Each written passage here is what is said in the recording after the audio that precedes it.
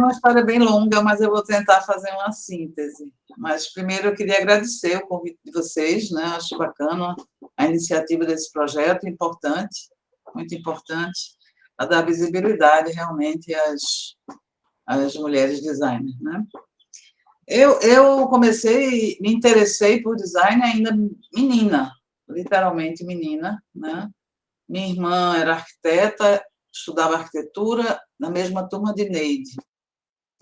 E elas eram muito amigas, e Neide já tinha um interesse fazendo arquitetura em fazer design, né? Programação visual, tanto é que ela monta o escritório junto com o Peixe.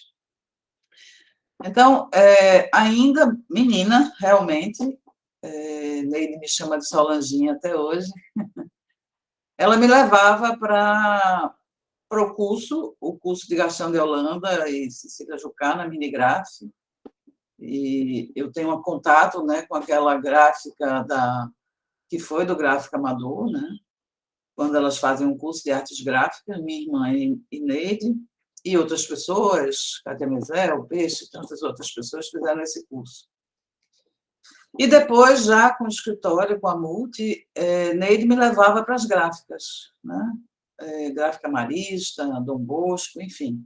E eu me encantei por isso e disse, não, eu quero fazer exatamente isso, né? Então, já no ensino médio, eu decido fazer design. Meu pai queria que eu fizesse medicina, ele era médico, professor da universidade, mas eu tinha uma influência muito grande da minha mãe, que era artista plástica, e foi da Escola de Belas Artes, e tinha toda uma história estética muito forte em casa. E, obviamente, meus irmãos também, professores, enfim, tinha toda uma influência, uma ambiência familiar muito favorável, né? Então, eu decido fazer comunicação visual, né? Naquele momento, era 2 opções, comunicação visual e desenho industrial. Eu botei as duas, comunicação visual e desenho industrial, e, graças a Deus, eu entrei no que eu queria, né? Então, eu escolhi já desde cedo. Estagiei, né? E Neide foi realmente muito importante na minha vida, que eu estagiei com ela na Proplan, na Pró-Reitoria de Planejamento da época, fazendo design do brasão, sinalização, projeto editorial. Na Multi, quando ela trabalhava em sociedade com Peixe na Multi, e depois ela desfez a sociedade e abriu o próprio escritório dela, e eu fui com ela. A Neide foi muito importante toda a minha formação, não só na universidade como professora, mas também no mundo do mercado de trabalho. Depois teve a Edna, né? A Edna foi outra pessoa fundamental durante o processo da universidade, porque a Edna traz essa questão histórica, né?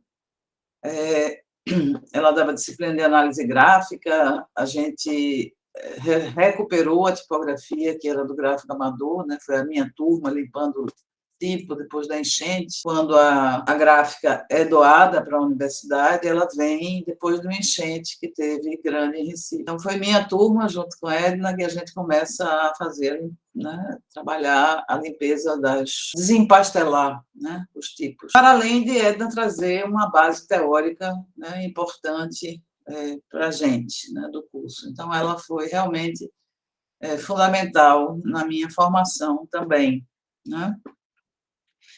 Depois, assim que eu termino o curso, quer dizer, durante o curso eu fiz estágio, né? E no finalzinho eu abri um escritório com 2 amigas, mas eu logo depois fui para a Inglaterra. Foi pouco tempo. E aí eu fui para a Inglaterra porque, sei lá, era a referência que eu tinha, e fui para o London College of Printing, que não existe mais, e lá eu conheci a Liz McQuiston, que foi uma pessoa também importante na minha formação, né? Falando das mulheres, né? Conheci também Michael Twyman, mas ele participou da minha banca, né? Desse curso de pós-graduação que eu fiz no London College of Printing. Depois eu volto para o Brasil, tento mais uma vez o mercado, abri um escritório de artes gráficas, eu chamava artes gráficas, Depois montei outro escritório junto com o Ciro, que era arquiteto, e minha outra irmã, Rejane, que é arte educadora. E era um escritório bem múltiplo, assim, de arquitetura, design, editoração eletrônica, e também a gente fazia exposição, tinha um grupo que fazia papel artesanal, Zdenka e Ceci, que faziam papel artesanal também na mesma casa. Então, era um lugar, assim, né? Fizemos exposições, enfim, era muito dinâmico a usina de projetos. Mas o mercado realmente nunca me atraiu, né? Com exceção de alguns projetos que eu desenvolvi, e aí foi com o Neide, um projeto que lidava diretamente com os trabalhadores de uma usina, a usina Laranjeiras, que os próprios trabalhadores, por medida de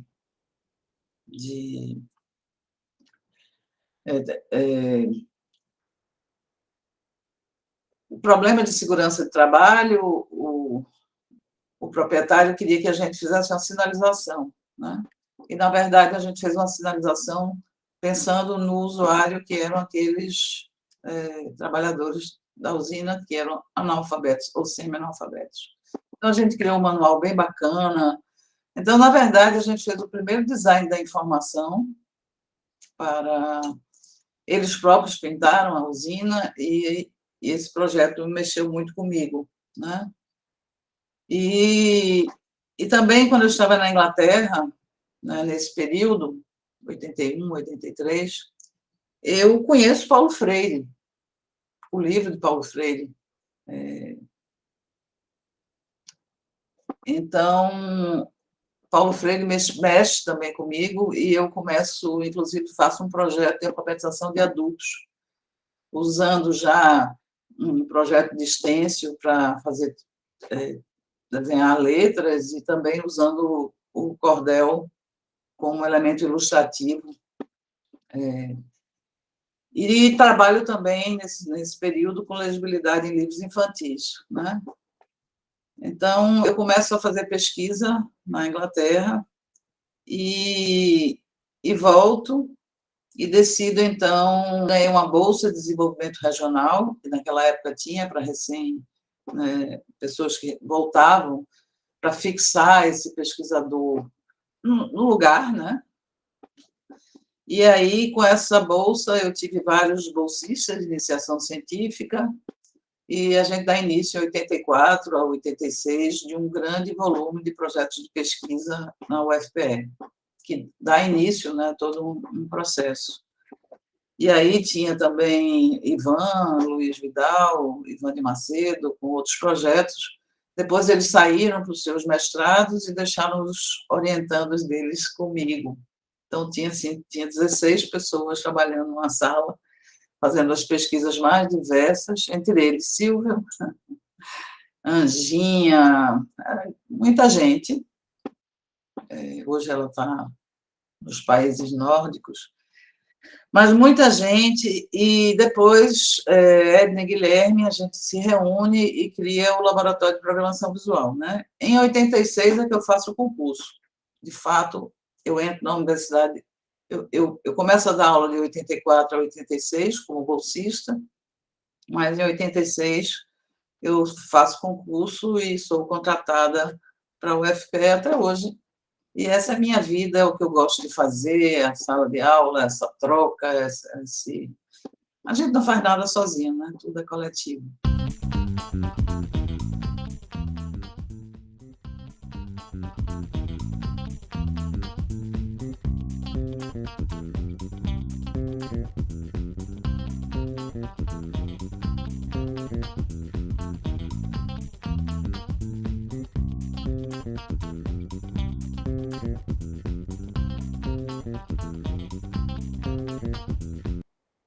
Esse foi um momento muito importante, né? Em Sim. 1990, quando a gente trabalha o Lab PV, já existia um laboratório de produto, de 83, se não me engano, mas a gente cria, então, o Lab PV UFPE, que também fazia pesquisa, né? Incorporou as pesquisas, também fazia projetos, né? E E foi nessa época, eu acho que em 92, já não lembro bem, que Edna Guilherme tem a ideia de, né, adquirir um computador para esse laboratório. E Edna Yeah. deve ter contado essa história. O laboratório começa dando alguns cursos de editoração eletrônica, né? Silvio fazia parte, Carla, Hans, tinha todo um grupo que hoje são todos docentes, na época eram bolsistas ou recém-formados, já não lembro, minha memória já não é tão precisa, mas esses cursos de editoração eletrônica foram muito importantes, né? Que era o que se tinha à época da gente conhecer um pouco da ferramenta, né? Eu sempre vejo o computador como uma ferramenta, né? A gente faz uma transposição do que era prancheta, régua T, curva francesa, compasso, enfim, e papel e toda essa manualidade, né? A gente usava normógrafo, usava milhões de outras ferramentas. Ele é um facilitador, sem dúvida, mas ao mesmo tempo eu vejo hoje, né, também como um limitador.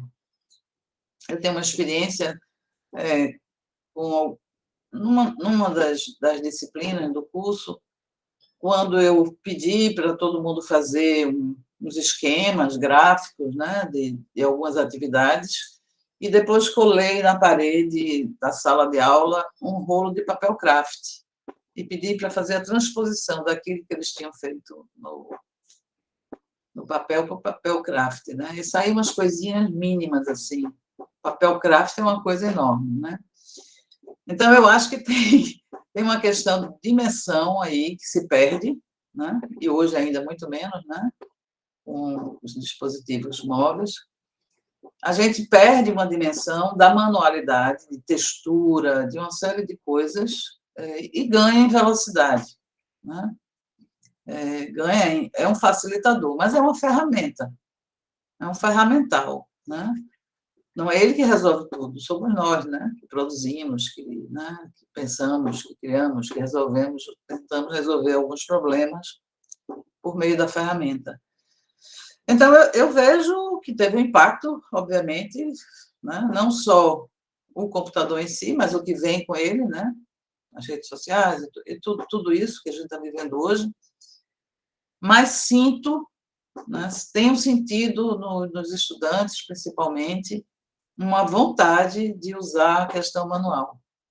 Por exemplo, quando eu oferto a disciplina Design de Tipos, eu sempre tenho um módulo de caligrafia, as pessoas gostam de ficar lá, né, desenhando letras, né, etc. Mesmo agora, no modo remoto, ano passado, eu ofertei Design de Tipos junto com o Carlos Eduardo Novaes, e tinha vários exercícios de caligrafia e, assim, desenvolveram penas em casa, tintas, fizeram tintas de beterraba, de dar a dica de fazer com café, com chá, e foram inventando outros tipos de tinta, né? E outras ferramentas, enfim. Então, eu sinto que há, por encadernação, né? O trabalho de Isabela Aragão é muito importante, com experimentação tipográfica, de você cortar e fazer os tipos, e fazer carimbos, e fazer bordar, né? Ela e Fafá, a Finizola, fizeram uma conexão muito bacana entre o curso do Agreste e o curso de Recife, e fizeram uma experiência linda. Então, eu sinto essa volta, né? Essa necessidade, ou um pouco da saturação do universo digital para né? E a gente tem visto isso nos próprios projetos de conclusão de curso, né? Projeto editorial, com encadernação, com impressão tipográfica, com impressão serigráfica, enfim. A gente sente essa necessidade de usar as tecnologias de base, né? Mas, certamente, é inevitável e é isso que a gente está vivendo e todos os programas que estão aí disponíveis. Mas ele é um facilitador, mas eu acho que tem suas limitações. Assim, para a gente esse teu relato, porque você viveu essa inserção, né, do computador na universidade e agora está vendo um movimento inverso também, né, Solange? Então, acho que é interessante essa tua perspectiva macro, né, da situação. É um sentimento, eu não posso afirmar, né, mas é um sentimento que eu tenho. Porque como eram importantes disciplinas de Clóvis, né, de coordenação, serigrafia, de modelagem 3D, então, assim, faz uma falta enorme. Ou o Clilton com desenho, né? Então, há uma vontade, né? Os alunos, os estudantes hoje têm uma capacidade de ilustração muito grande. Silvio faz umas disciplinas bem interessantes de narrativas visuais e tal. E, assim, é esse contraste que a gente está vivendo, né? E eu acho que está vivendo na vida como um todo, está todo mundo, né, fazendo seu pão em casa. E não foi a pandemia, não, essa tendência já estava antes da pandemia, ela potencializou-se na pandemia. Mas você fazendo a sua horta, fazendo seu pão, sua cerveja, enfim, fazendo tudo em casa, né, manualmente, e potencializou agora com esse momento que a gente viveu, infelizmente. Quer dizer, infelizmente, o momento que a gente viveu da pandemia, né? Mas Sim, aí teve sim. alguns ganhos nesse sentido de olhar mais para si, para dentro.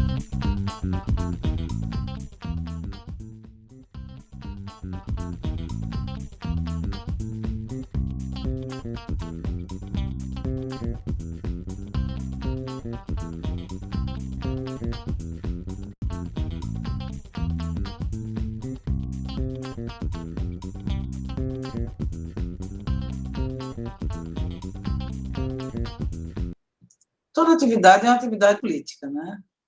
Nós não estamos... Você toma posições, né? Então, eu vou falar da minha experiência, né? Eu sempre tive uma sensibilidade muito grande para as questões sociais, não só pela a constituição do meu próprio núcleo familiar, mas também por esses inputs que eu tive, né, das outras pessoas, né, que passaram. Eu trabalho com a educação desde sempre, e para a educação da escola pública, né? Então, eu sempre tive, e foi uma das razões de ter ido para a academia.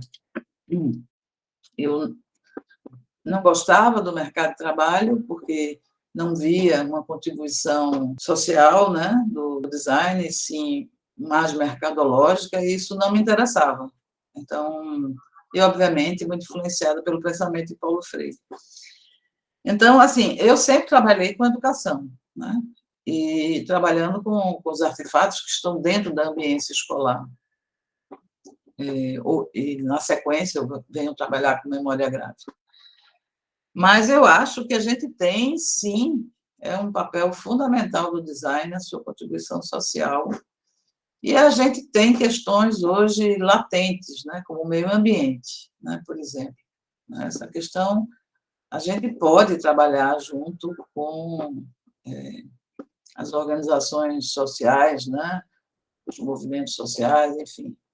Tá? Eles estão aí mostrando que é possível, né? A agricultura familiar, é possível, e a gente tem como contribuir, né, com essa vertente. Eu vejo também a área de saúde, né, como muito importante, e a Carlinha Esconilo faz um trabalho maravilhoso, né, lá no Paraná, com essa questão da saúde, de medicamentos, né, de rotulagem de alimento.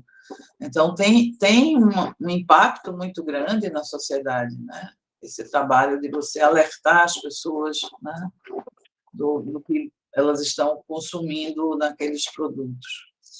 Então, tem aí a questão de gênero também, né? A gente vive uma sociedade, quer dizer, sempre foi diversa, mas ela aparece com muito mais força, né? E a gente tem uma dívida muito grande com os povos originários desse país, e com todos com todos esse grupo que veio como escravos para esse país, né? Então a gente tem uma dívida, né, muito grande, e isso causou, e são questões políticas, econômicas, né, sociais e que reflete no mundo cultural também. E essa questão étnico-racial, ela é muito forte, né? A gente precisa dar conta dela. Então, existem problemas muito grandes que a gente tem visto algumas iniciativas, né, da própria sociedade tentando resolver e a gente não está se engajando, né? No início da pandemia, a gente fez uma disciplina conjunta dos professores da linha, né, de alguns professores da linha de design da informação. E a disciplina era design da informação em tempos de crise. Eu, Bela, Eva, Isabel, Silvio, Hanóia, a gente montou uma disciplina, teve uma adesão grande no grupo, e a gente trabalhou essas questões, sabe? O ativismo político, Silvio, né? E a gente funcionou como parte de um grupo, e não como professores. A gente era parte do grupo desenvolvendo produtos para um determinado universo. E aí o grupo de Isabela foi com os feirantes de feira orgânica, né? A gente trabalhou com a comunidade sobre a Covid, com a comunidade rural, como chegar à informação e como a gente poderia contribuir com o design para que essas pessoas melhorassem a sua comunicação, né? Descobrimos que nessa zona rural, basicamente, é o WhatsApp que é utilizado, e a gente criou a gente também não queria fazer uma interferência, né, dizendo só a gente sabe, e a gente criou um Insta chamado Dano Pitaco. E Luísa Falcão participou, Otton, Adilson, foi um grupo grande de estudantes da pós, junto com a gente, né, nessa empreitada aí, que foi muito bacana. Então, a gente consegue, sim, chegar. Recentemente, numa disciplina de linguagem gráfica aplicada, junto com Bela, a gente gosta muito de trabalhar juntas, e a gente trabalhou com os índios chucurus, com a parte de educação sobre a agricultura do sagrado, né? Então, um artefato foi também digital, porque a comunicação entre eles era basicamente digital. E Bela, e outro projeto foi com o movimento do campo, do Armazém do Campo, que tem um outro grupo sociais que fazem cursos, né? Cursos para serem comunicadores sociais. E os nossos estudantes trabalharam fazendo esse material gráfico para os... Então, são inúmeros exemplos que a gente tem e que a universidade é o lugar, né, dessa experimentação e a gente consegue também sensibilizar. Eu sinto hoje, mas assim, muito fortemente, uma tendência dos estudantes em buscar aquilo que não está só referenciado no grupo que eles convivem, né? Então, eu estou com uma disciplina agora de linguagem gráfica aplicada também para a educação, e eles escolheram exatamente as temáticas de educação inclusiva, de educação para o jovem surdo, Então, há uma preocupação social já, eu não sei se é uma questão do curso de design ou se é, de fato, uma preocupação do jovem. Então, eles estão sempre procurando um tema que esteja fora, né, do seu universo, pensando sempre nas pessoas. Isso é muito bacana a gente ver. LGBTQIA+, né, que precisa ter um processo de inclusão com muito cuidado, né, e com muito respeito. Então, essa questão somos pessoas, pronto. E o design tem que trabalhar para pessoas.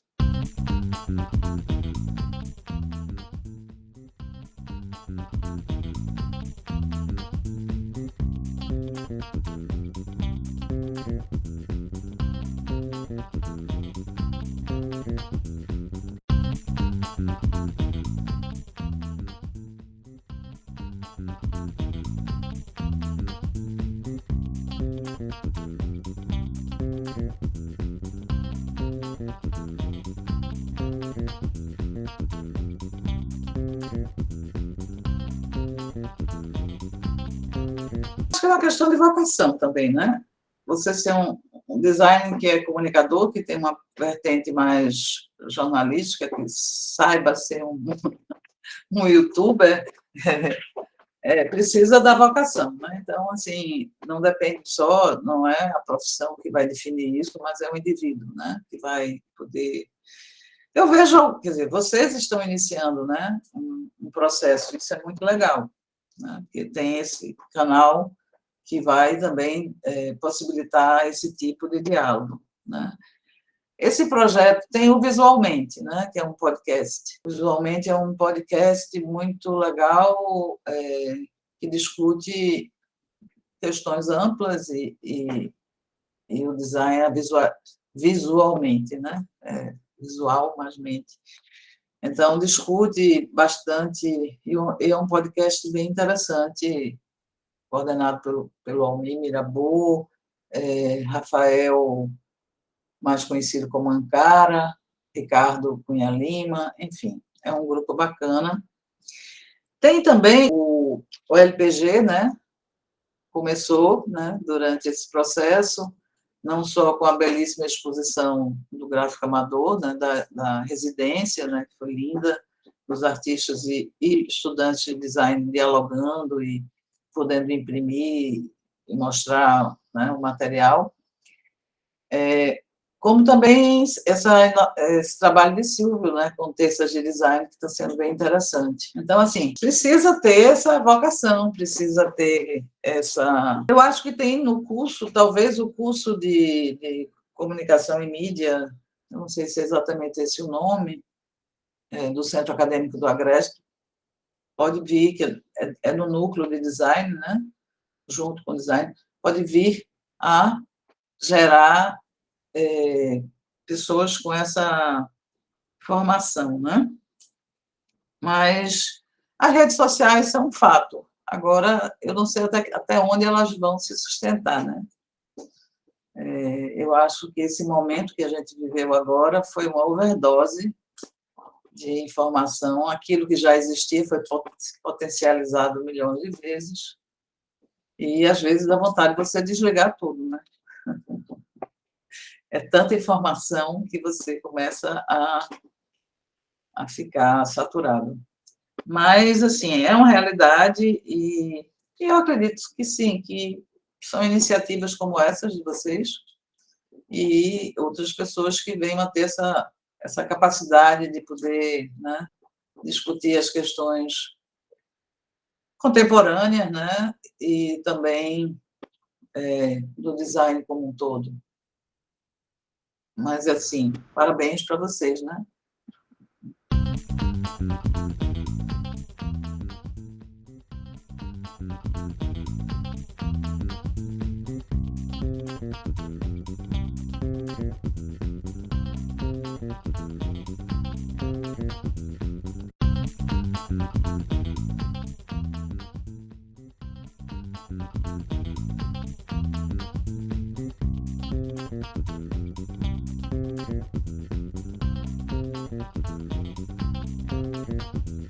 Outra figura feminina, né, como vocês estão falando, que foi também fundamental na minha vida, que foi Lia Mônica Rossi.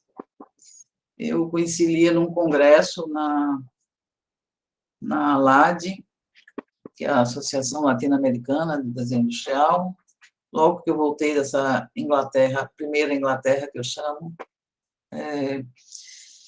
e eu trabalhava com legibilidade e ela também, né? Ela em Campina Grande, eu estava lá na Inglaterra, né? E a gente se encontrou nesse congresso e resolvemos trabalhar juntas.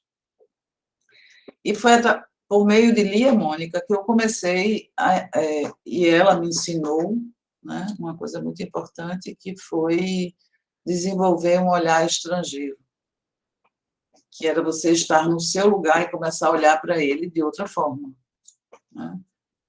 Ela, como era argentina, infelizmente ela faleceu em 2018, ela era argentina, se formou na ESB, no Rio, e foi montar o curso de Campina Grande, junto com outros pesquisadores e professores. Mas Lia tinha uma sensibilidade, uma percepção do Nordeste que é uma coisa incrível. Então, ela também colaborou muito nesse olhar para o cotidiano, né? Para aquilo que era produzido pelo não designer, aquilo que estava nos caminhões, nas lameiras de caminhão. Ela me levou para ver os pintores de lameira de caminhão. Então, assim, lhe abriu, né, na minha cabeça, apesar de eu já colecionar intuitivamente fotografias, eu tinha fotos ainda da época de faculdade, de letreiros, e toda viagem que eu fazia, eu ia para os mercados públicos, né, fotografava as placas, enfim. Era uma coisa mais intuitiva. Com Lia, eu aprendi que ela poderia virar um tema para ser trabalhado, né? Que, obviamente, isso aí gera todo um grupo de pesquisa, né, que culmina com memória gráfica brasileira. Mas Lia foi uma pessoa importantíssima, em todos os sentidos, né, na minha vida.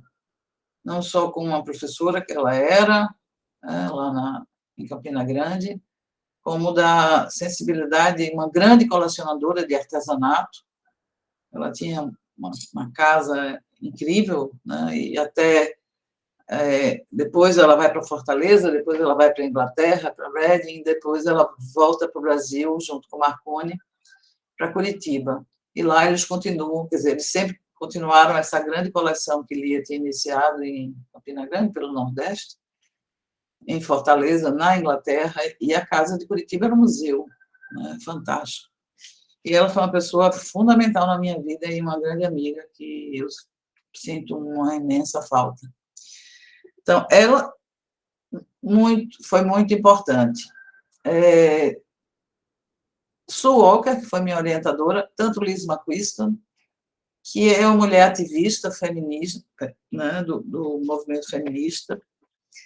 Ela, já naquela época, em 88, eu acho, ela lançou um livro, Woman in Design, e junto com a Teal Triggs, que é outra designer ativista, né, que tem um trabalho sobre fanzine, punk, etc., criaram o Woman Design Research Unity, que é um arquivo de produção de design ativista e com a questão da mulher muito forte, e criaram um grande arquivo. A Liz não faz mais parte, mas a Sian Cook está trabalhando junto com a Teal Triggs.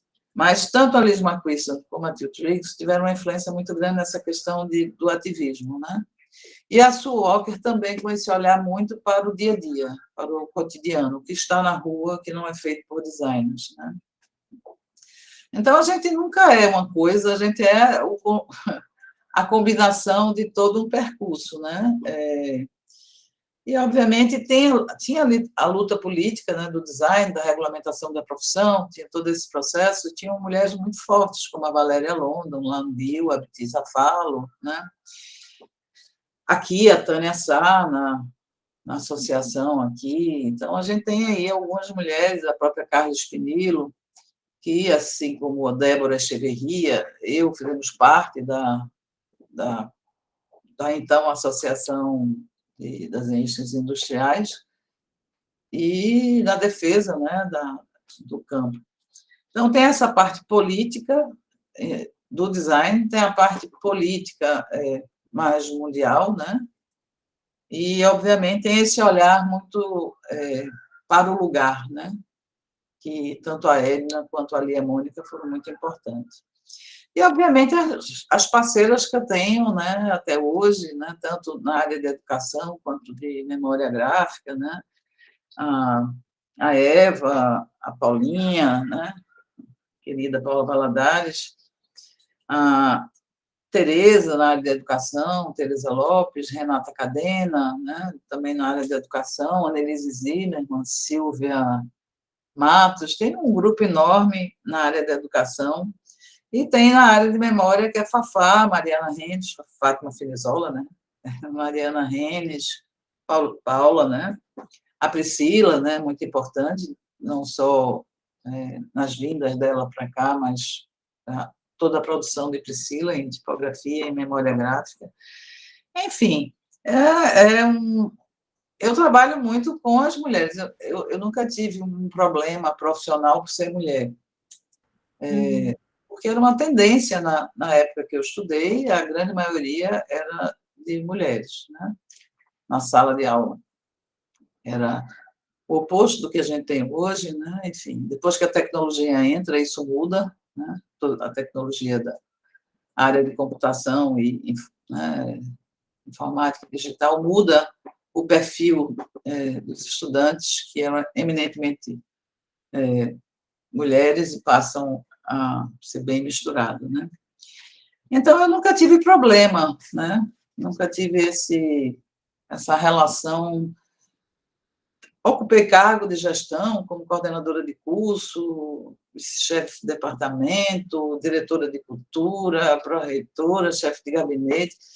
Quer dizer, a condição de ser mulher nunca me impediu, aliás, eu nem tinha nunca pensado sobre isso. Foi tão fluido na minha vida, eu, de fato, sou muito privilegiada, porque foi uma coisa muito fluida, né? Nunca tive nenhuma porta fechada ou algo que me discriminasse por ser mulher, né? Pelo contrário, eu sempre senti muito falta de mulheres pretas no design, né? Tenho visto hoje uma quantidade enorme de jovens que estão trabalhando sobre isso, e eu fico muito feliz, né? Tem uma rede, né, que eu acho que se chama Designers Negros no Brasil, que é um site que tem foto, tem algumas pernambucanas, né? Tem negros, porque são todas as posições de gênero estão representadas nesse grupo, mas tem aí algumas jovens designers despontando, né?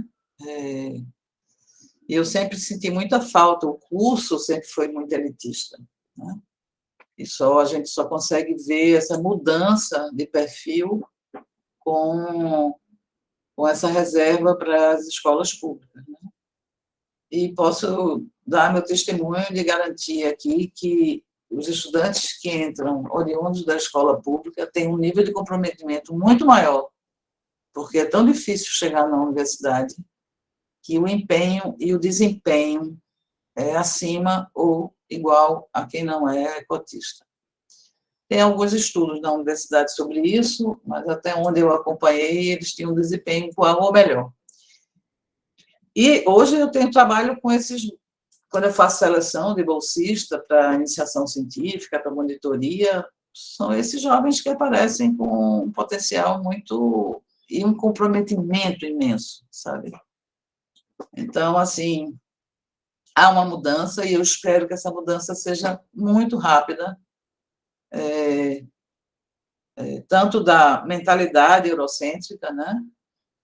Modernista, de matriz modernista, para que a gente olhe para a nossa cultura e para as pessoas que estão hoje nesse universo com uma perspectiva de transformação, porque eu acho que só esses jovens designers é que vão transformar essa mentalidade que a gente tem, muito centrada no eixo Rio-São Paulo, né? E de uma matriz europeia e também norte-americanizada muito forte. E eu acho que a gente precisa olhar, assim, para aquilo que a gente produz e olhar para a nossa América Latina como um todo. A gente dialoga muito pouco com Latinoamérica, né? A gente tem uma relação, né? A minha própria formação, né? Fui para a Europa, fui para a Inglaterra, né? Europa não, Inglaterra, porque ela é e não se considera parte da Europa. Mas, assim, a gente pouco tem um diálogo, né? Agora a gente já vê, né, um diálogo latino-americano muito mais forte. Eu adoro, assim, essa colocação. E falando dessa questão de cultura, né, de entrelaçar outras vertentes, outros pensamentos, né, de conexões. Quem seriam as personagens femininas fora do design que você percebe que são a referência, né? Por exemplo, na parte da tua trajetória que tu falou agora há pouco sobre ter trabalhado na coordenação, né, dessa parte de gestão, etc.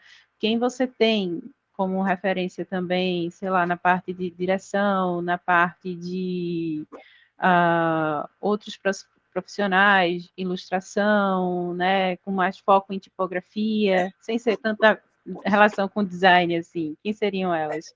É difícil você falar, porque eu trabalhei em gestões da universidade que eram muito equânimes, né, entre pró-reitores homens e mulheres, enfim, tinha toda uma preocupação dos gestores da época. Eu acho que uma grande gestora foi Célia Maranhão, tanto no Centro de Artes, falando da universidade, né, quanto na pró-reitoria de extensão. Ana Andrade e Virgínia, no Laboratório Imaginário, são duas gestoras que eu tenho uma admiração muito grande. Tem algumas pessoas que eu acho que a gente deveria estudar. Né? Kátia Mezel é uma delas, uma das primeiras artistas gráficas, designers, né? E que participou do movimento underground, né? Na época da ditadura militar, que era o Udi Grude, né? Que fazia todo o material gráfico, fez muitas capas para Rosenblit, o selo Solar. E Kátia tem uma história, ela é cineasta também, ela tem uma história que eu acho que alguém precisa contar, né? Tem pessoas que eu gostaria de ver a história sendo contada, né? Recentemente, saiu o livro, acho que em 2019, de Moema Cavalcante, né? Uma grande capista, e ainda bem que essa publicação de Moema saiu, né? Lia Mônica seria uma pessoa maravilhosa para ser estudada, né? Tem uma quantidade enorme. Agora, assim, fora do campo do design, uma pessoa que muito me influenciou foi Ana May Barbosa. Ana May é uma mulher extraordinária. Ela hoje se aproximou do design, né? Está na Anhembi Morumbi, mas foi, como arte educadora, ela é mundialmente conhecida. E Ana May e todos os livros de Ana May, as publicações dela, inclusive recentemente com Vitória Amaral sobre mulheres, né? Artistas e designers, né? Um livro importante. Eu acho que quem quer, né, trabalhar com ativismo tem que ler Angela Davis, né? Eu acho que, apesar de não ser brasileira, mas tem uma ligação muito grande, e com Marielle, enfim. Adélia Borges, né, que não é designer, mas sempre escreveu sobre design e artesanato. Eu acho que a Adélia sempre é uma pessoa que deve ser lida.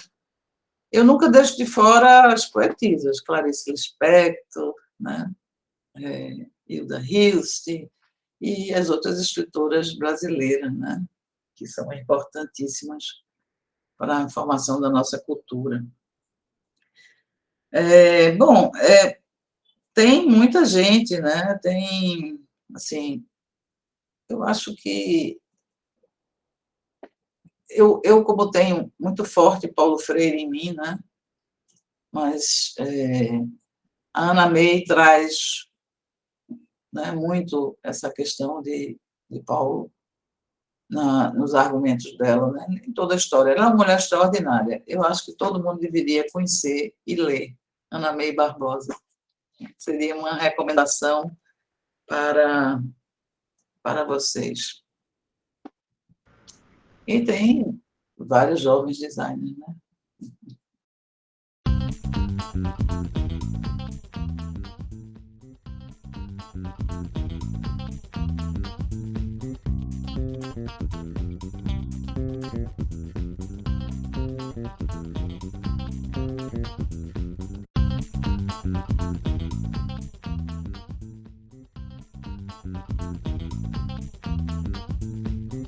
Eu digo, fui muito privilegiada, né? Pela família que nasci, por um pai que dizia: não dependam de marido, sejam mulheres independentes, para as 4 filhas, né?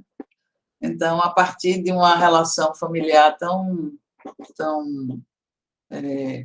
e politicamente, meu pai trabalhava com doenças tropicais, né? Então ele tinha essa sensibilidade de trabalhar com uma população que não tinha privilégio de ir para.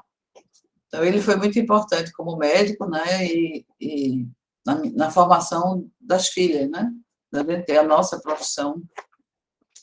Então, desde casa, né, que não teve essa problemática, e também os momentos que eu vivi foram favoráveis.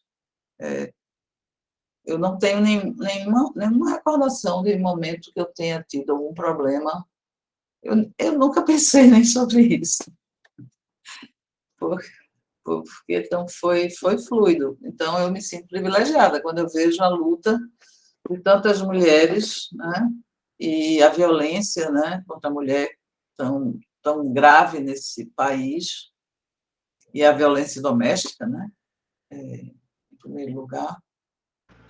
Além do que foi também potencializada durante a pandemia, né, com a presença dentro da casa. Então, realmente, quando ouço os relatos das pessoas que eu convivo e dos jovens, né, que eu tenho o prazer de conviver, ao mesmo tempo eu vejo quanta dor, né, quanta dor. E isso realmente é muito sério, né? Não dá mais para a gente permitir qualquer tipo de violência, seja de qualquer natureza. Então, para mim, isso é... E aí eu vejo jovens bacanas, né, fazendo um trabalho, né, ativista, né? A Isabela Faria, né, que começou com Da Janela do Meu Ônibus, mas hoje tem a Golpe Store e faz um trabalho político, né, muito legal. A Joana Amador, né, que foi pernambucana também, mas que está em São Paulo, que trabalha com o movimento social de ocupação dos prédios do centro de São Paulo, e ela está na ocupação 29 de julho, e tem um trabalho importante, né, na comunicação, junto com várias outras pernambucanas que estão lá, artistas plásticas, como Ana Catarina Cacá, como ela é conhecida. Enfim, tem um grupo trabalhando realmente para tentar mudar determinadas situações, né?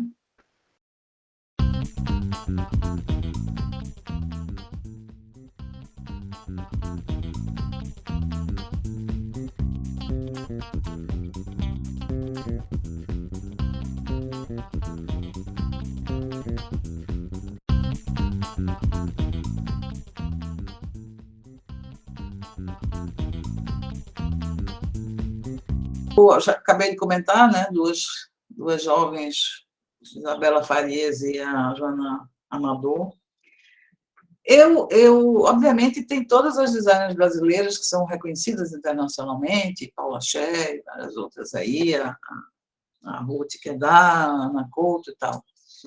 Mas eu quero reforçar as mulheres pernambucanas, né? E aí eu tenho uma admiração muito grande, né, por Lu Calheiro, né, da Zulu, pela Gabriela Araújo, a Joana Lira, né, que é muito importante, porque a Joana conseguiu quebrar algumas outras barreiras, ela é multi-designer, né. Tem a Cristine Barra, né, que chega colombiana, mas que chega para fazer a pós-graduação no Rio e hoje está aqui em Recife. A Cristina faz um trabalho belíssimo, acabou de lançar um livro também de design participativo com a comunidade. Tem a Isabel Meirelles, que é uma jovem que está na Universidade de Toronto, que trabalha no campo do design da informação, também publicou um livro muito importante. A Fernanda Martins, lá no Pará, né, um trabalho lindo, com letras que flutuam. Não só isso, mas também um trabalho de contar essa história da tipografia lá no Pará. Tem tanta gente interessante, né? Acho que eu já falei, Fátima Finizola, tem, assim, tem muita gente que eu acho que está fazendo a diferença. A gente tem um grupo novo, né, Memoriáveis, coordenado pela Camila Brito, que juntou aí, nessa pandemia, vários pesquisadores do Brasil, né? É um grupo muito diverso, está a Fernanda Goulart, de Minas, a Fernanda Martins, a Edna, é coordenado pela Camila Brito, e tem 3 temas que a própria Camila coordena, que é essa relação da gráfica vernacular urbana. Outro que eu coordeno, que são a gráfica vernacular urbana e seus atores, são quem produz, né? E outro que é a Rosângela Vieira coordena outra linha, que é do estudo da imagem, né?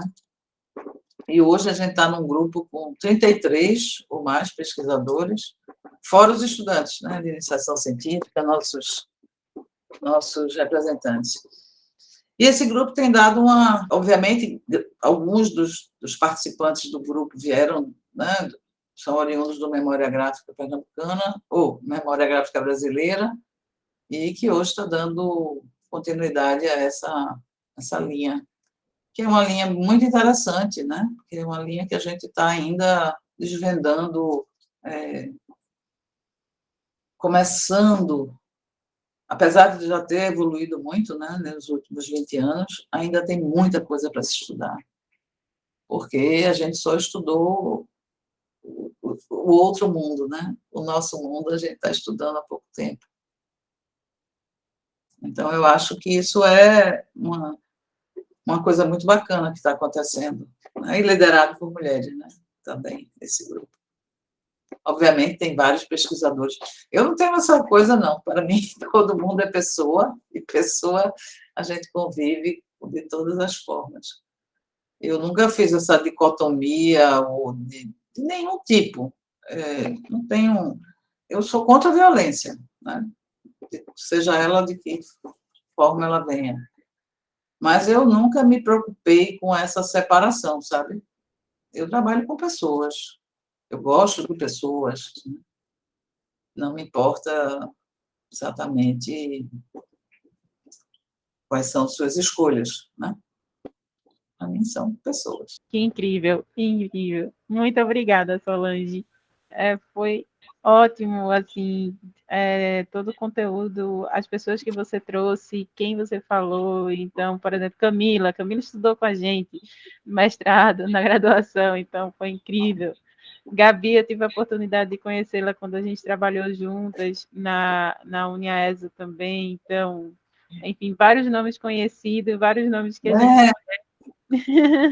Suane, tem tanta gente, né? Tem um grupo enorme, né? Bacana.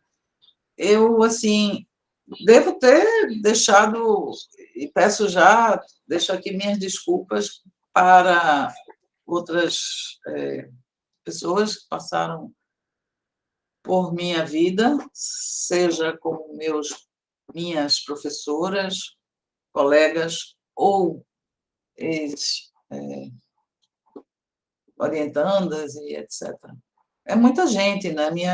São muitos anos de universidade, a minha memória também, mas tem muita gente bacana, isso eu posso garantir. Tem muita gente bacana em formação, né?